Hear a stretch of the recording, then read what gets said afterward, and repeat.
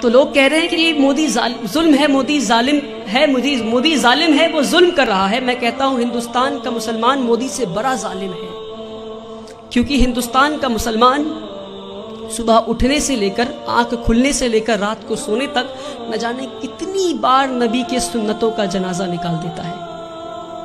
ہمارے نبی اپنے صحاباؤں کے ساتھ ایک بار گزر رہے تھے راستے سے، راستے میں انہیں ایک پتھر دکھا، نبی وہ پتھر کو پکڑتے ہیں اور راستے کے کنارے میں پھینک دیتے ہیں اور کہتے ہیں اپنے صحاباؤں سے کہ اگر تمہیں راستے میں کوئی رکاوٹ دکھے تو تم اسے ہٹا دو تاکہ تمہارے بعد جو آئے اسے پریشانی نہ ہو۔ تو صحاباؤں نے اس بات پہ اتنا عمل کیا کہ کئی سالوں کے بعد ایک یہودی کا گروپ اس راستے سے گزر رہا تھا، اسی راستے سے، اور راستے میں ایک پتھر گرا ہوا دیکھتا ہے تو پتھر کو دیکھ کر بولتا ہے کہ شاید اس راستے سے مسلمان نہیں گزرا۔ میرے بھائیوں، وہ تھا ان کا ایمان۔ اور ہم آج کہیں بھی بم پھٹتا ہے تو بولتے ہیں شاید مسلمانی ہوگا، کہیں بھی گولیاں چلتی ہیں تو کہتا ہے مسلمانی ہوگا۔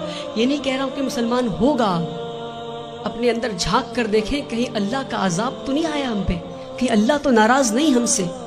میں بھٹکل کے لوگوں سے نہیں بول رہا، پر بھٹکل کے لوگوں کے ذریعے میں ہندوستان تک یہ بات پہنچانا چاہ رہا ہوں، ہندوستان کے مسلمانوں تک یہ بات پہنچانا چاہ رہا ہوں۔ ایک بار ہمارے نبی صلی اللہ علیہ وسلم راستے سے گزر رہے تھے، ایک بوڑھی عورت کو دیکھتے ہیں، وہ اپنے سامان کو لے کر کھڑی تھی، تو مزدور کا انتظار کر رہی تھی وہ۔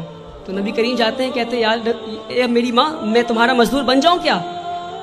وہ پورے کائنات کے سردار مزدور بننے کو تیار ہو گئے، اور آج ہم اگر کوئی جوتا پلٹ رہا ہوتا ہے تو اسے سیدھا نہیں کر سکتے۔ یہ ہمارے مسلمانوں کی آج وہ عقر ہے، پتہ نہیں کس بات کی عقر میں جی رہے ہیں، جس کی امت اس بات کی عقر میں جی رہی ہے، اس کا رسول دوسروں کی مزدوری کرنے کو تیار ہو گیا تھا۔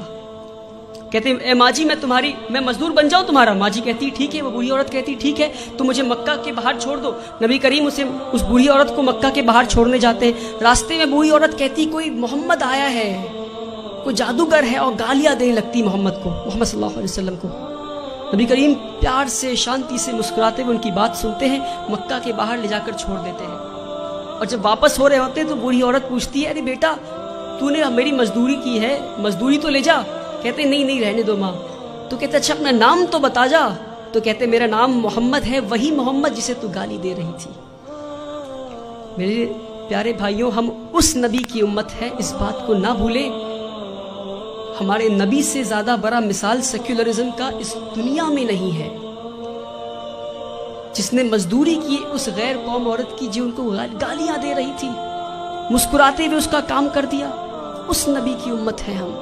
جب طائف میں گئے تو انہیں اتنی پتھر ماری گئی کہ ان کا جوتا مبارک خون سے بھر گیا۔